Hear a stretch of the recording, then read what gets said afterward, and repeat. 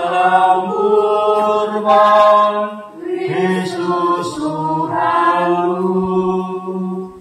Kita pendosa yang diundang pesta memuliakan Allah Bapa kita. Pagi hari ini agak lain kita ya. Yang pertama, biasanya kita punya gereja di Santa Teresia Kampit. Pagi hari ini kita bisa di tempat retret punya pahalim. Yang kedua, biasanya kita pakai bajunya itu ada yang hitam, ada yang hijau, ada yang merah, ada yang putih.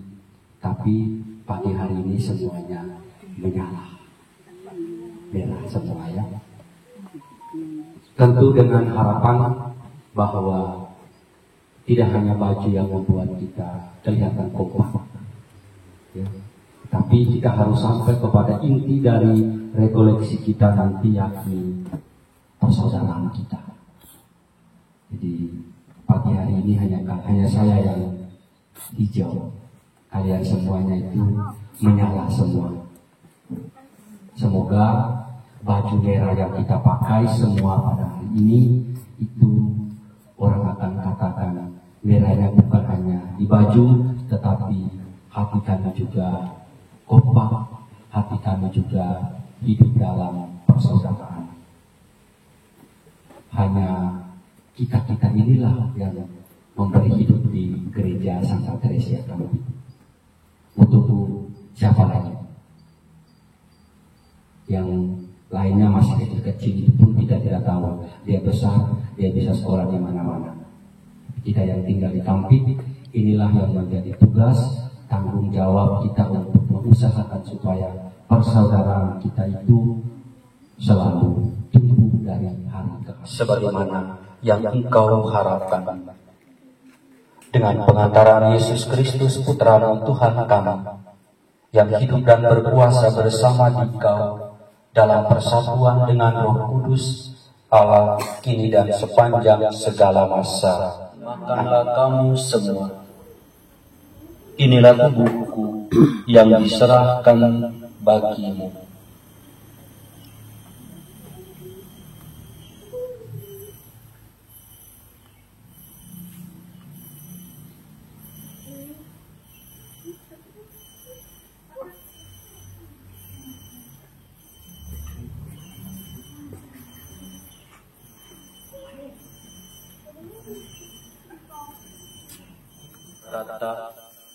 Terimalah dan minumlah kamu semua.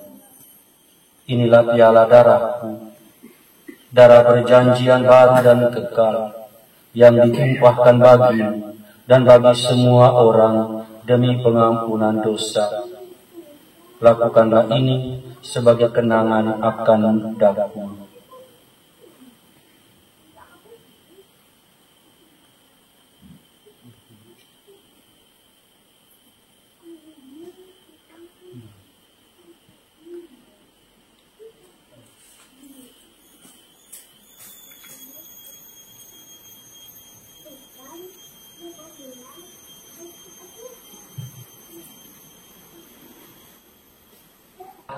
Persaudaraan, ya, hidup dalam persaudaraan. Sambil duduk kita nyanyi satu lagu lagi. Hari ini 1, 2, 3. Hari ini ku rasa bahagia berkumpul bersama saudara seiman. Tuhan Yesus telah satukan kita tanpa memandang di antara kita. Tunjuk yang di sebelah. Kau saudaraku, kau tunjuk di sebelah. Sahabatku, tiada yang dapat memisahkan kita.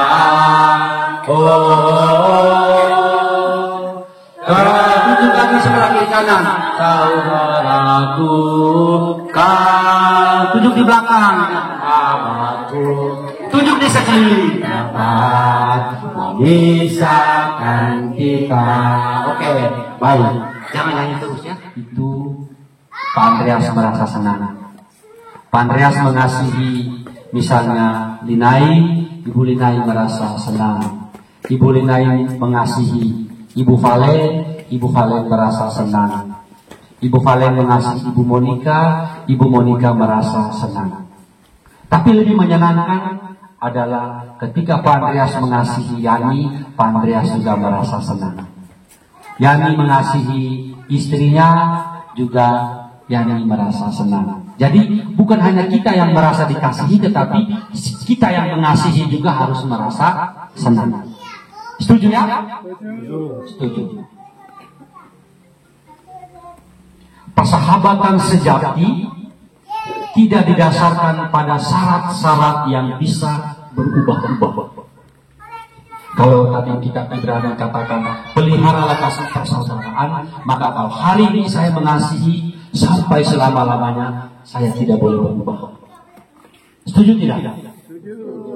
Kalau saya hari ini melihat misalnya Vivi adalah saudara saya, maka sehari ini saya katakan dia saudara saya dan saya mengasihi dia, maka sampai selama-lamanya saya harus mengasihi dia. Tidak boleh berubah-ubah. Seorang sahabat itu menaruh kasih setiap waktu. Ya, seorang sahabat selalu menaruh kasih setiap waktu. Karena seringkali seorang sahabat menjadi lebih akrab daripada seorang saudara. Ya. Seorang sahabat lebih akrab dibanding dengan saudara. Karena seorang sahabat adalah orang yang menambah sukacita kita dan membagi kesedihan kita. Itu adalah seorang sahabat. Jadi kalau misalnya saya katakan kepada Pak Ale katakan kepada Pak Bujang ini adalah sahabat saya, Pak Bujang ini adalah saudara saya, maka dia akan ngomong secara terbuka. Dia tidak tutup-tutup. Beberapa kali kita di kantin itu buat aksi nyata kita, ya. Walaupun tidak banyak, walaupun tidak besar, tapi kita menunjukkan kasih itu, persaudaraan itu, persahabatan itu. Pada waktu Ibu Aman kecelakaan, kita menunjukkan kasih persaudaraan. Pada waktu ada yang sakit, kita mendoakan, saling mengunjungi. Itulah kasih persaudaraan. Tapi jangan sampai kasih itu hanya kelihatan dari luar, harus sampai ke dalam. Setuju tidak? Setuju ya? Seorang sahabat yang baik akan memberikan waktunya kepada sahabatnya saat dia membutuhkan, termasuk pada masa-masa sulit, masa-masa dia menderita, dan masa-masa dia mengalami kesusahan. Jadi kalau misalnya Linai ini, dia katakan kepada Ibu Monika itu adalah sahabat saya, Ibu Monika itu adalah saudara saya, maka kapanpun, waktu senang Ibu Monika, waktu susah Ibu Monika, tetap menunjukkan kasih dan persaudaraan itu. Ya, jangan sampai saat senang saja kita saling mengasihi, saat susah tidak boleh. Kasih itu harus setiap waktu, kapan dan situasinya seperti apa, tetap kita harus saling mengasihi. Persahabatan inilah yang dikehendaki oleh Yesus. Kalau dalam Injil Yohanes bab 15 ayat 14, di sana dikatakan, aku tidak menyebut kamu lagi murid, aku tidak menyebut kamu lagi orang lain, tapi aku menyebut kamu itu adalah sahabat-sahabat. Aku menyebut kamu itu adalah saudara-saudara. Dan perintah Yesus ini harus kita buat di kantin. Kita ikut Yesus atau ikut siapa? Kita di kampung ini, umat Katolik di kampung, ikut siapa? Ikut Yesus. Maka perintah Yesus harus kita buang. Kasihilah seorang akan yang lain. Ini perintah baru yang Yesus berikan kepada kita supaya kita saling mengasihi. Dengan tegas, Yesus mengatakan bahwa seorang sahabat akan melakukan apa yang diminta oleh sahabatnya. Bahkan seorang sahabat bisa memberikan nyawanya untuk sahabat. Harus memberikan hidup, nyawa untuk sahabat-sahabat. Jadi mulai hari ini pulang di kampung, lalu mulai hidup sebagai sahabat dan saudara-saudara. Tidak boleh lagi ada permusuhan. Tidak boleh lagi ada saling gigit-menggigit. Ya, kadang-kadang kita ngeluh ya, kok kami di kampung ini umat Katolik tidak tambah-tambah. Siapa yang salah? Bukan pastornya yang salah. Saya tidak salah saya.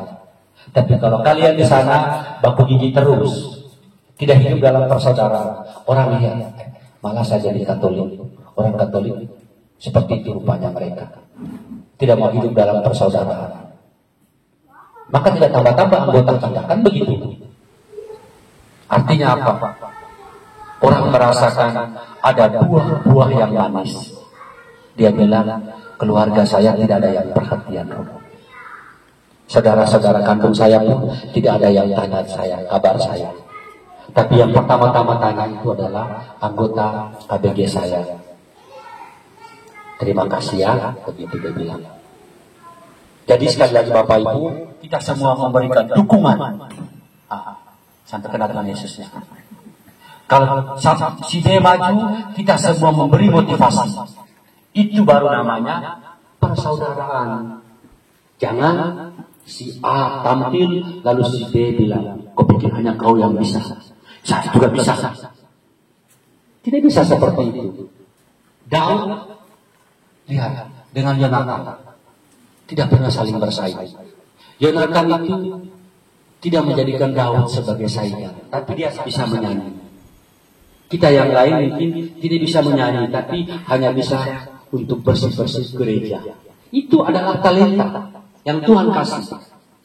Kalau kita semua mau menyanyi, siapa yang mau bersihkan gereja? Tidak ada itu. Ya, Tuhan sudah tahu kita saling berbagi supaya pekerjaan yang berat, yang besar itu bisa menjadi ringan.